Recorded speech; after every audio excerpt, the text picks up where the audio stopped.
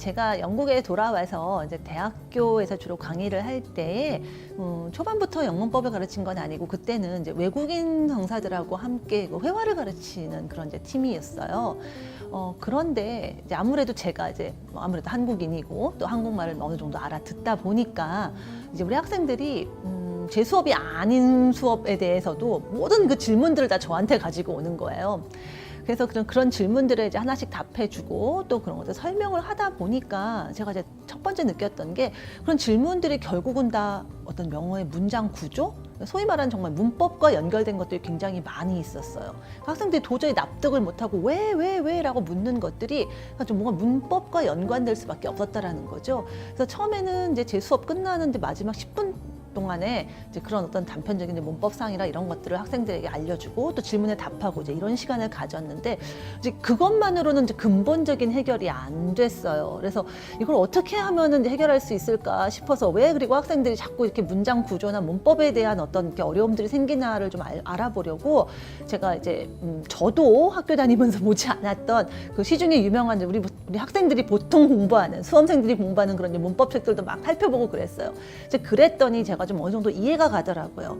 그러니까 문법은 굉장히 많이 공부했고 알고는 있는데 이게 정말 말할 때 도움이 될 수 있는 실질적인 어떤 말을 할 수 있게 받쳐주는 어떤 그런 밑받침이 되는 그런 문법들이 아니더라라는 게 보여졌거든요. 그래서 이런 학생들을 도와주려면 정말 근본적으로 문장 구조에 대한 이해부터 다시 좀 쌓아줘야겠다라는 생각을 해서 제 나름의 어떤 그 문장 구조나 이런 것들 전달하는 그게 이제 결국은 문법 수업이라는 이제 형태가 되더라고요. 이제 그런 수업을 이제 조금씩 하나씩 제가 이제 개발해 나가기 시작했던 것 같아요. 처음부터 문법을 가르쳤던 건 아니고 지금도 사실은 이제 영문법만 가르치진 않는데 아무래도 이제 영문법 쪽이 많이 알려지다 보니까 학생들이 이제 그런 부분 많이 질문하는 것 같아요. 저한테는 이제 학생들의 어떤 여러 가지 질문들이 우리나라 영어 학습하는 학생들에게 필요한 게 이제 문법이구나라는 것을 알게 해주고 또 깨닫게 해준 계기가 된 것 같고 또 그걸 깨달으면서 제가 연구를 좀 많이 하다 보니까 또 영문법 수업이 학생들에게 가장 많이 또 사랑을 받지 않았나 싶어요.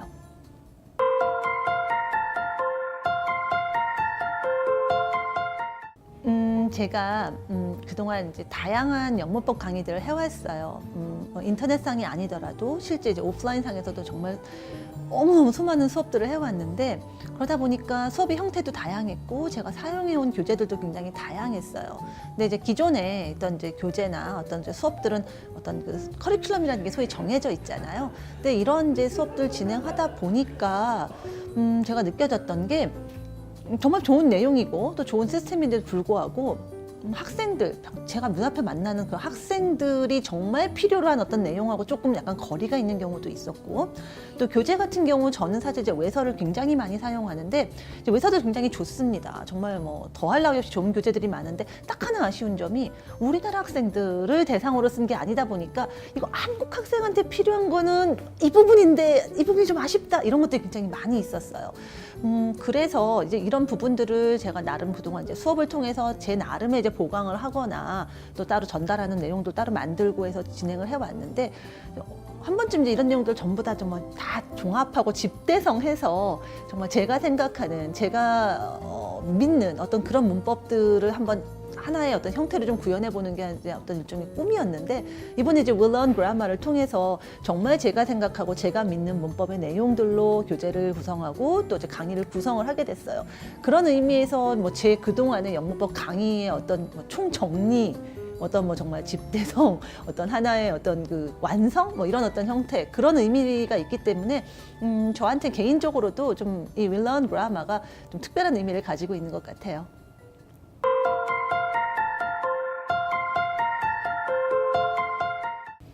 요즘 쉽고 재미있는 영어 이런 게 굉장히 많이 이제 이야기를 하는 것 같아요. 영어 공부 정말 쉽고 재밌으면 좋은데 아무래도 이 쉽고 재밌다라는 표현이 학생들에게 좀 오해를 주고 있고 또 그로 인해서 막상 그런 표현에 이제 혹해서 영어 공부를 시작했다가 이내 이제 포기하는 학생들이 많아서 저는 조금 다른 얘기를 좀 하고 싶어요.